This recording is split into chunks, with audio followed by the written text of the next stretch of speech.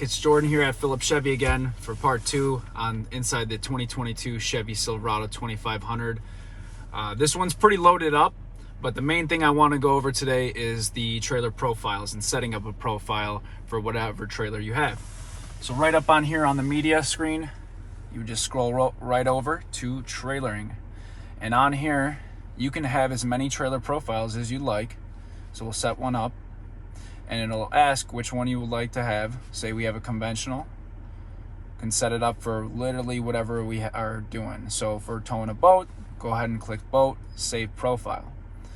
Now on trailer feature setup, you can even set reminders for your maintenance. If you do have the towing assistance, if you have the cameras on there that does the invisible trailer mode, you can set that up as well. For now, we'll just hit done. And then if we come over here to checklist, say we're getting ready to go on the road, go camping, whatever, and we're pulling that boat, we would just go to our trailer and it'll run us through an entire checklist to make sure everything is running as it should.